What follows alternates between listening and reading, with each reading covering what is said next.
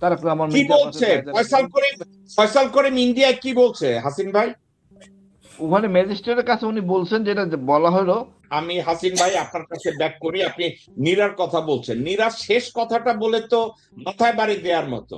একটা দেশ অন্য আরেকটা দেশকে পাইতে গেলে যুদ্ধ করা লাগে, বাংলাদেশ পাইতে গেলে তো আমি দেখি যুদ্ধ করার দরকার নাই। কারণ বাংলাদেশে বিএনপি এবং আওয়ামী লীগ দলের ভোট যদি একত্র করে, এই সব ভোট তো ভারতের পক্ষে যাবে। আপনি কি তা মনে করেন না কর্নেল হাসান?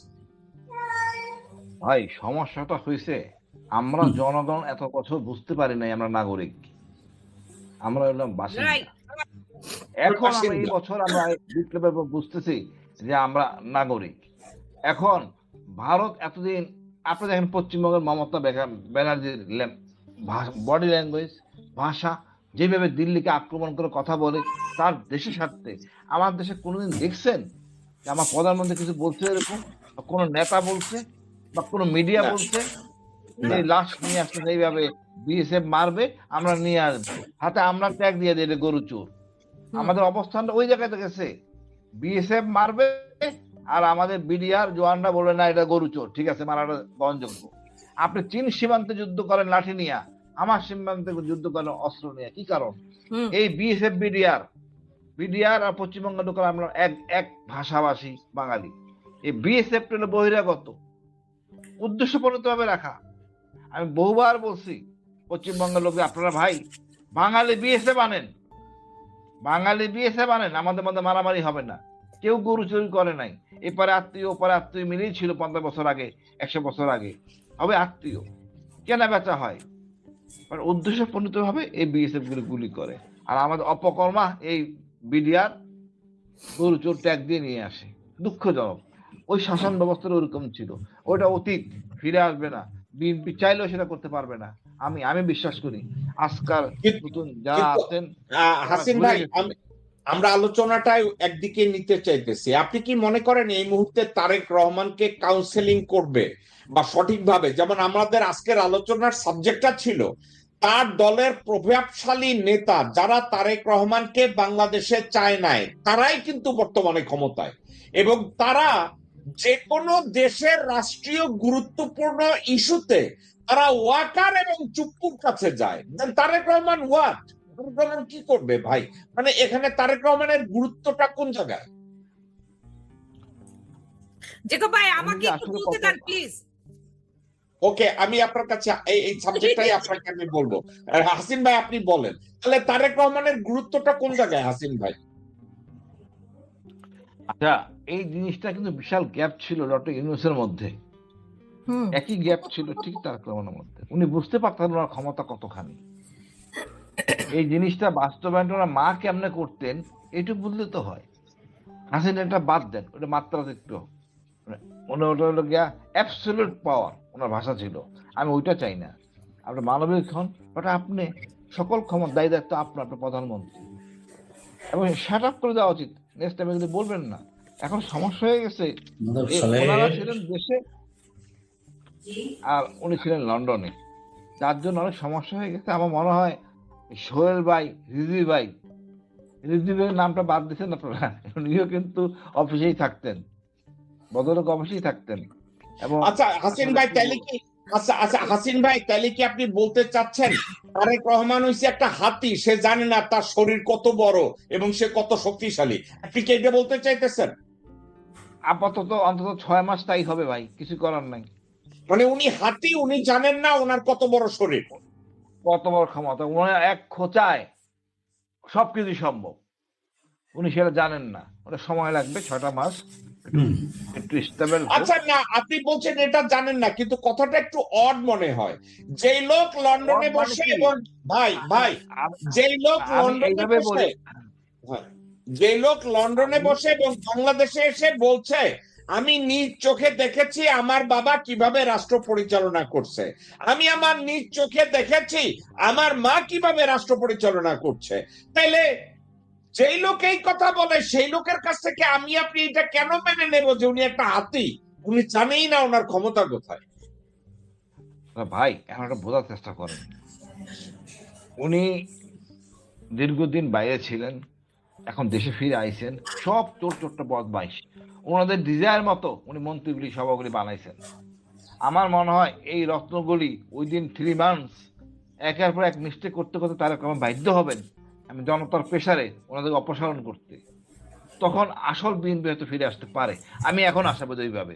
তারপর কথা আছে, উনি এত কঠিন পতন হতে চাচ্ছেন না। উনি বহু বরখাস্ত করছেন, চাঁদাবাজ, কাজের কাজ কিছুই হয় নাই। এই বিএনপি বাধ্য হয়েছিল আপনার ডেভিড হান্ট দেন র্যাব, সেই দিকে আলটিমেটলি যাইতে হবে।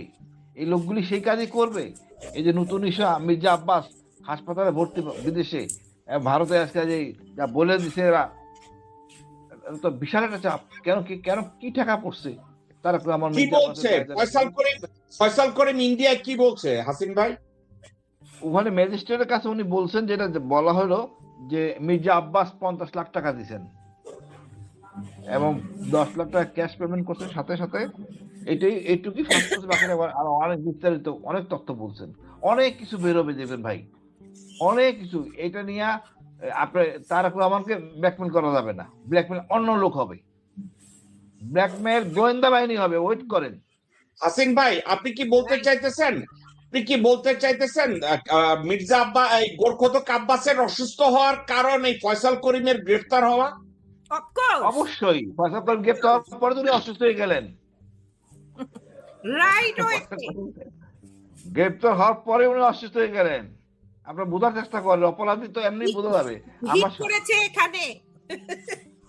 ওকে ওকে, তো আপনার কাছে আমি ব্যাক করি। হাসিন ভাই, নীরা আপনার কাছে যাই, আমাদের সময় কম, আমরা কনক্লুড করব।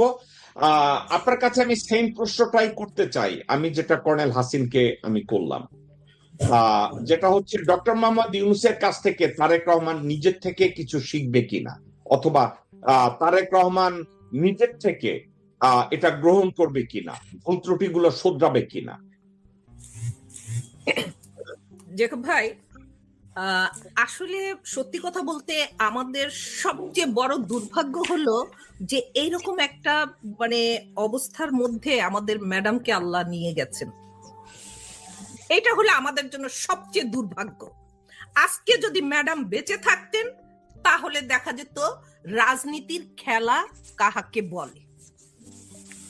কিন্তু আমাদেরও দুর্ভাগ্য, আল্লাহ আমাদেরকে দেখালো না সেটা। আর মীরা, আমরা কি এটা বলতে পারি যে আমাদের সারা জীবনের দুর্ভাগ্য? আমরা মনে করলাম ডক্টর মোহাম্মদ ইউনূসের চেয়ে বিজ্ঞ এবং যোগ্য কোন মানুষ বাংলাদেশের ইতিহাসে ক্ষমতায় আসে নাই। তো বিজ্ঞ এবং যোগ্য লোকটা সবচেয়ে অযোগ্যের একটা খেতাব নিয়ে তারপরে ক্ষমতা থেকে নির্বাচন দিয়ে বাধ্য হইল, নির্বাচন দিয়ে চলে গেল। এটা কি আমাদের সৌভাগ্যের কিছু, নাকি এটাও আমাদের দুর্ভাগ্যের মধ্যে? অফকোর্স দুর্ভাগ্য। জাতি হিসাবে আমরা যে জাতি, আমাদেরই এটা চাওয়া পাওয়ার ছিল। কারণ যে আমরা ওই জাতি, আমাদের শত্রুকে বুঝে উঠতে 54 বছর সময় লাগছে। শত্রু চেনার পরও শত্রুর সাথে যে মোকাবেলা করব, তাতে এই 18 মাসের রেজাল্ট আমাদের 0। আমরা দাদার শত্রু খুঁজে পাইছি, বাবার শত্রু খুঁজে পেয়েছি, নিজের শত্রুকে সেটাও আমরা ফিগার আউট করতে পারছি। এখন হলো আমাদের সময় শত্রুর সাথে মোকাবেলা করা। এখন আমরা যার যার শত্রুর সাথে শেষে মোকাবেলা করব। আর পিছনের ইতিহাস ভুলে গেলে চলবে না, ইতিহাস মাথায় রেখে আমাদেরকে সামনে আগাতে হবে। আজকে যে শিক্ষার কথাটা বলছেন, শিক্ষার প্রথম অর্থ হলো যে আমার নিজের ভিতরে ওই চিন্তা থাকতে হবে আমি শিখব। আমাকে যদি শিখতে দেওয়া না হয় সেটাও আমি ফিগার আউট করব, কেন আমাকে শিখতে দেওয়া হচ্ছে না। সেটা তখনই হবে যদি শিক্ষার আগ্রহ আমার ভিতরে থাকে। আর শিক্ষায় কখনই কোনো লজ্জার কিছু নাই। গত 17 বছর একটা কথাই বলছি, আজকে আমি যদি প্রধানমন্ত্রী প্রেসিডেন্টের সন্তান হই, আমার সম্পর্ক ঠিক সেই প্রধানমন্ত্রী ছেলের সাথে থাকবে, মেয়ের সাথে থাকবে, সেই প্রেসিডেন্টের ছেলের সাথে থাকবে, মেয়ের সাথে থাকবে। টোকাইয়ের সাথে আমার সম্পর্ক থাকবে না। যদিও থাকে সেখানে স্বার্থভিত্তিক সম্পর্ক হতে পারে, কিন্তু আমাকে যদি 4 হাত পা বেঁধে ওই জলই নামিয়ে দেওয়া হয় এবং সেখানে আমি যদি দেখি আমার হাঙর আর কুমিরের সাথে লড়াই করতে হবে, আমি কি সেই টোকাই দিয়ে মোকাবেলা করতে পারবো হাঙ্গর কুমিরকে? হাঙ্গর কুমিরের সাথে লড়াই করতে হলে আমার ঠিক ওই জায়গার কথা চিন্তা করতে হবে। আজকে আমাদের অবস্থা হয়েছে হাত পা বেঁধে হাঙর কুমিরের মধ্যে ছেড়ে দেওয়া। এখন ওখান থেকে মোকাবেলা করে কিভাবে উঠবো সেটা সম্পূর্ণটাই আমার নিজের বিষয়, নিজের বুদ্ধির বিষয়, নিজের বিবেকের বিষয়, নিজের। আপনি একটা কথা বলছেন, তারেক রহমান, আপনি বেগম খালেদা জিয়া একটা কথা বলছেন। বেগম খালেদা জিয়া বলছে, আমি টোকাই দিয়ে বিএনপি বোঝাই করতে চাই না, আমি ব্রেইনি ছেলেপানদেরকে দিয়ে বিএনপি ভারী করতে চাই, বিএনপি কে ম্যাচিউর করতে চাই। আপনি একটু ওই খালেদা জিয়ার কথাটাকে আমি আপনাদেরকে একটু শোনাতে চাই। এইমাত্র আপনি যে কথাটা বলছেন, এটা যারা প্রবাসী এবং গাড়িপাল্লায় ভোট দিচ্ছেন, তারা যে নিজের বউকে জামাতের আমিরদের কাছে ইজারা দিচ্ছেন, এই বিষয়টা কি আপনাদের মাথায় আছে? যারা এই বস্তি থেকে দিয়ে বস্তির ছেলে পেলে এনে দল করতে যাবে না, সংখ্যা আমি দেখতে চাই না, আমি দেখতে চাই ভালো ভালো মেরিট দেখতে চাই। আমি সেখানে যে যোগ্য উপযুক্ত ছেলে পেলে আছে কিনা আমি সেটাই বলেছি। আচ্ছা, নীরা, আপনি একটা কথা বলে প্রশ্নটাকে আমাকে লিমিটেড করে দিচ্ছেন। আপনি বলছেন ওই বস্তির ছেলেরাই হচ্ছে দাদা বাবুদের আশ্রয়, দাদা বাবুরা তাদেরকে পাঠায়, খালেদা জিয়া তারেক রহমান কোথায় যাবে?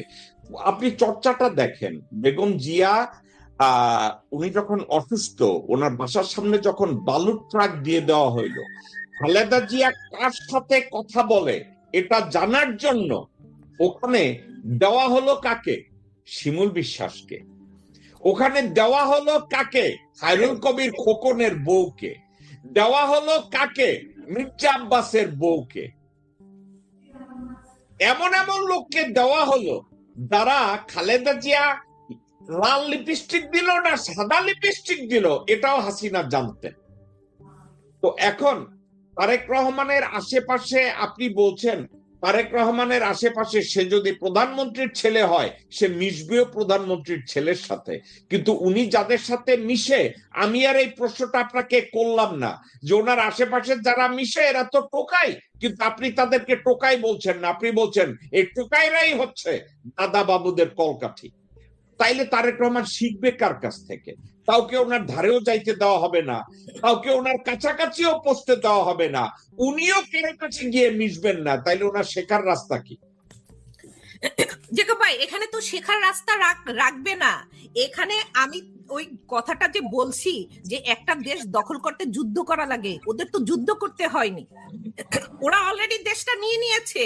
আপনার এত কিছু দেখে এখনো বোঝার বা বুঝতে বা ফিল করতে বাকি আছে যে আমাদের দেশটা আমাদের নাই, আমরা শুধু রক্তের উপরে ভাসবো এবং এই বাংলাদেশ ভাসবে শুধু রক্তের উপরে। আজকে আপনার আমার ছেলে মেয়েদের জীবন দিতে হবে। আজকে যারা প্রথম সারিতে আছে, কারো ছেলে মেয়ে কখনো রাস্তায় নামবে? তারা ক্যাম্পেইন করতে নামবে, মিঠা মিঠা কথা বলতে নামবে, একটা ভোট চাইতে নামবে, তারা কোকের বোতল নিয়ে নামবে, তারা মানি ব্যাগ নিয়ে নামবে, তখন তারা রাস্তায় নামবে এই টোকাইদেরকে কেনার জন্য, এবং তারা সেটাই করবে। কিন্তু যখন দরকার তখন সেটা করবে না, এবং এটা করতে দেওয়া হচ্ছে না, এটা করতে দেওয়া হচ্ছে না।